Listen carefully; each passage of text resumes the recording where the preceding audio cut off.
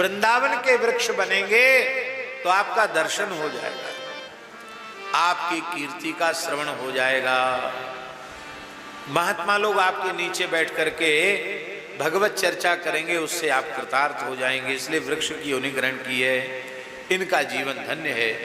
आज भी हमारे वृंदावन में वृक्षों के बहुत इतिहास प्रसिद्ध हैं। जो बड़े बड़े ऋषि महर्षि ही वृक्षों के रूप में वृंदावन में विराजमान हैं।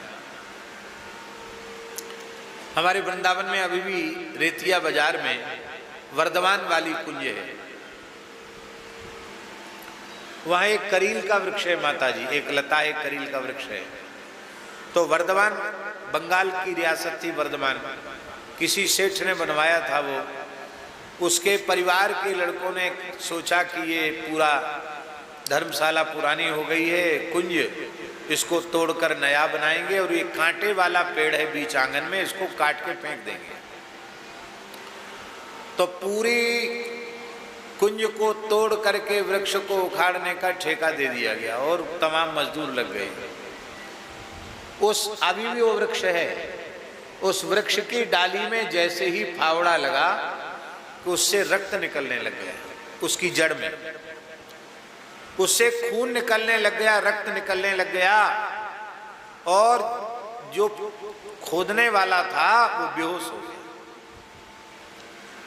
जितने काम वाले थे सब बीमार पड़ गए। ऐसा लगा कि अब इनके प्राण बचेंगे नहीं, सब के सब मूर्छित हो गए। और रात्रि में एक वृद्ध ब्राह्मण ने, एक ब्राह्मणी ने उस वर्धमान वाले सेठ के परिवार के बच्चे को, सेठ को स्वप्न में दर्शन दिया। ब्राह्मण गौर वर्ण का ब्राह्मण है और बहुत प्रकाश शरीर से निकल रहा है, जनी शरीर पर यज्ञोपवीत है और पैर से खून निकल रहा है।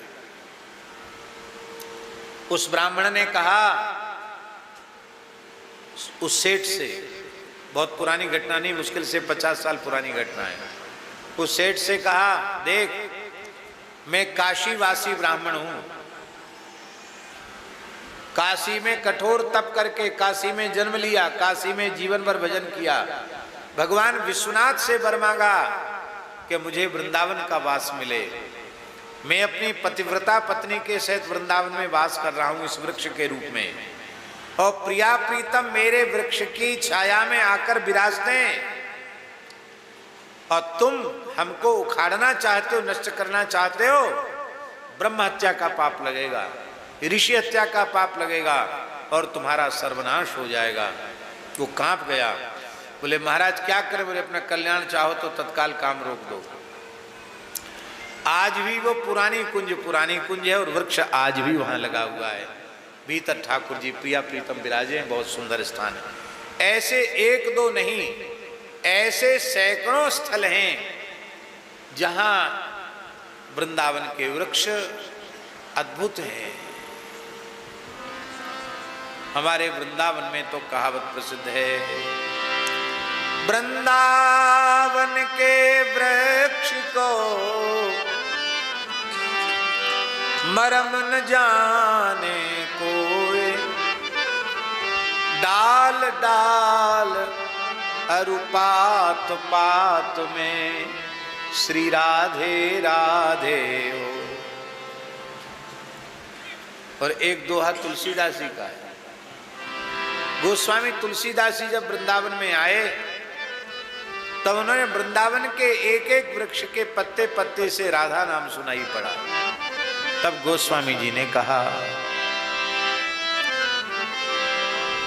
राधा राधा रटत हैं आक ढाक अरु कैर, तुलसिया ब्रज भूमि में कहा राम सो बैर। हमारे कान राम नाम सुनने के अभ्यासी हैं, पर यहाँ के तो पत्ते पत्ते से राधा राधा सुनाई पड़ रहा है। भैया अपनी छाती पे हाथ धर के पूछो अपने आप से, हम लोग भी वृंदावन आते जाते हैं, रहते हैं, क्या कभी वहाँ के कण कण से राधा राधा सुनाई पड़ा है? क्या कभी वृक्ष से राधा राधा सुनाई पड़ा? हमारी ये चर्म चक्षुएं वे वृंदावन के चिन्मय स्वरूप का अनुभव नहीं करते। आज भी वृंदावन के एक एक वृक्ष में भगवान नाम की ध्वनि हो रही है। वृक्ष बातचीत करते हैं, वृक्ष हृदय की बात सुनते हैं। कितने चमत्कार हम सुना सकते हैं, समय अभाव से नहीं बता रहे। और कहते हैं कि देखो इन वृक्षों के सुंदर सुंदर लताओं के सुंदर सुंदर जो पुष्प हैं उनकी बनमाला बनी हुई है, और वो बनमाला आपने धारण कर रखी है, और सैकड़ों भंवरे उस बनमाला के मकरंद से आकृष्ट होकर के चारों ओर मंडरा रहे हैं, गुनगुना रहे हैं। आपके श्रीअंग की सुगंध और आपके कंठ में पड़ी हुई वैजयंती पुष्पमयी माला की सुगंध, ऐसे लगता है मानो ये ऋषि मुनि हैं, भंवरे नहीं हैं। ये आपकी कीर्ति का गायन भोरा बनकर के कर रहे हैं। और हे दाऊ दादा, ये जो मयूर है ना, ये आपको देख देख कर नाच रहे हैं। ये हिरनियां तो देखो अपनी बड़ी बड़ी आंखों से आपको कैसे निहार रही हैं। ये कोयलें ऐसा लगता है कि आपकी मीठी वाणी में स्तुति कर रही हैं। स्वागतम स्वागतम बलभद्र ऐसा कह रही हैं।